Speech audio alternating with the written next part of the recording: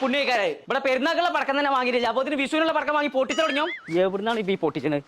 അപ്പൊ ഉസുരം മുടി പറഞ്ഞ സാധനമാണ്. ആ ഒത്തുങ്ങനെ പോയിരിക്കല്ല. പെരുന്നാളിന്റെ പടക്കല്ല ആദ്യം പൊട്ടിച്ച, വിഷുവിനുള്ള പടക്കപ്പതനെ കൊടുത്ത് പൊട്ടിച്ചല. ഞാൻ ചവിട്ടിയാണല്ലോ. ഞാൻ പൊട്ടി കഴിഞ്ഞില്ലാന്നാണ് വിചാരിച്ചത്. എന്ന് വെച്ചാൽ പടക്കം പൊട്ടിച്ചാൽ ഇന്നെ വിളിച്ചാലോ. എവിടുന്നായിരിക്കും പെട്ടെന്ന് ഒരു ധൈര്യം കിട്ടിയത്? എനിക്കൊന്ന് പൊട്ടിക്കാൻ തോന്നുമ്പോ ഞാൻ പൊട്ടിക്കും, നാണെങ്കിൽ ഒന്ന് ഞെട്ടിക്കാൻ തോന്നുമ്പോ അത്ര ധൈര്യം ഉണ്ട് ആ പനുട്ടിയാണെങ്കിൽ ഇതൊന്ന് പൊട്ടിച്ചാച്ച്. ഇതിന്റെ രണ്ട് ഭാഗം ഇങ്ങനെ നിൽക്കണോണ്ട് ഇതിന്റെ ശുക്രൻ ചെരിഞ്ഞിരിക്കുക. അപ്പൊ ഈ സമയത്ത് പൊട്ടിക്കാൻ പാടില്ല.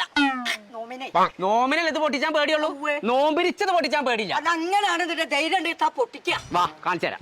വലിയൊരു 3 കിലോമീറ്ററിന്റെ പാറ ഒരു ഒറ്റ വെടിക്കണ അമർത്തിയ മനുഷ്യനാ ഞാൻ. പിന്നെ ലക്ഷ ഈ അടക്കൊക്കെ തീരച്ച ഈ സാധനം പറഞ്ഞു വരുമ്പോ വലിയ ഗുണ്ടാണത്. ഓടിക്കോ ഓടിക്കോ ഓടിക്കോ ഓടിക്കോ. എന്തൊക്കെ മാറിക്കുന്നത്. എന്ത് തേങ്ങയ്ക്കാ താൻ എന്റെ കക്കൂസിന്റെ ഉള്ളിൽ കയറി? ചെറുതായിട്ടൊന്ന് പാളി. എന്തായി? വാ കാണിച്ചു തരാം. പാത്രം കെട്ടുന്നുണ്ടല്ലോ. എന്താ കരിഞ്ഞുണ്ണി ചെറുതായിട്ടൊന്ന് മാറി. ഗുണ്ടിന്റെ പതിൽ ലൈറ്റർ വെച്ചിട്ട് അടച്ചു. അപ്പൊ നീ എവിടുന്ന് ഈ പടക്കം വാങ്ങി? മുള്ളത്ത് പടക്കക്കടയുണ്ട്. വെറ്റിലടക്ക വരെ കഴിഞ്ഞു. മുള്ളത്ത് പടക്കക്കടയിന്നാ വാങ്ങി?